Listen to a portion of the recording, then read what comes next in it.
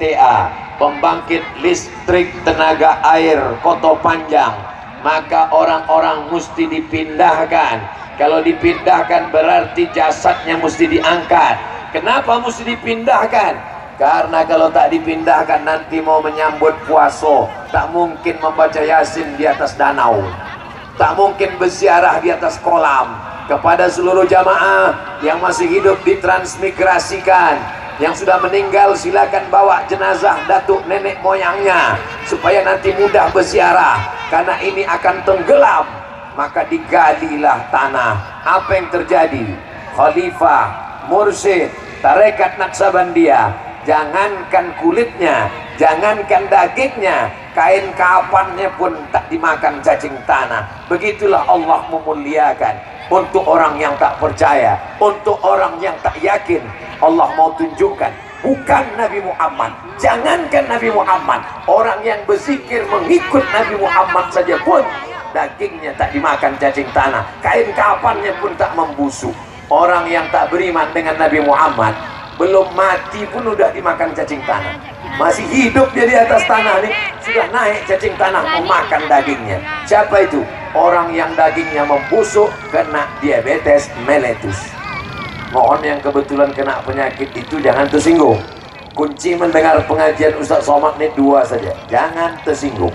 Karena beberapa jamaah yang tersinggung mendengar pengajian saya balik berkunang-kunang mati. Saya tak ada niat menyindir orang, saya hanya ingin mengingatkan kita, jangan sampai kita mati belum berbaiat talqin, jangan sampai mati belum bersuluk, jangan sampai mati belum berzikir. Karena kalau kita mati yang kita bawa hanyalah zikir. Kebun sawit sejauh mata memandang, ada yang pernah mati bawa brondol?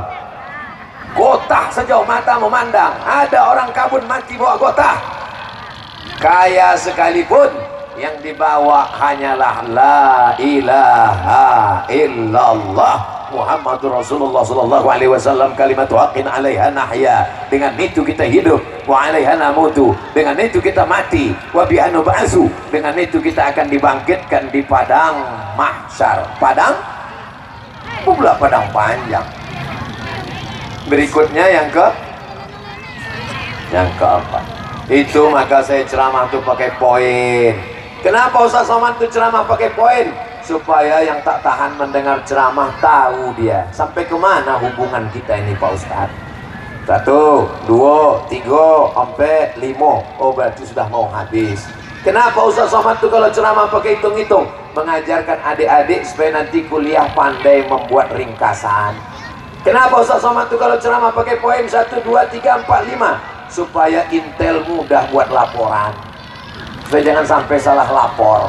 Insya Allah siapapun yang mendengarkan ceramah saya dijamin 100% dia akan cerdas, dapat pengetahuan agama. Walaupun awalnya tidak ada niat untuk belajar agama, setelah mendengar ceramah saya cerdas dia, dapat pengetahuan agama. Kenapa? Karena yang ceramah ini bukan ustadz kaleng-kaleng, profesor, doktor.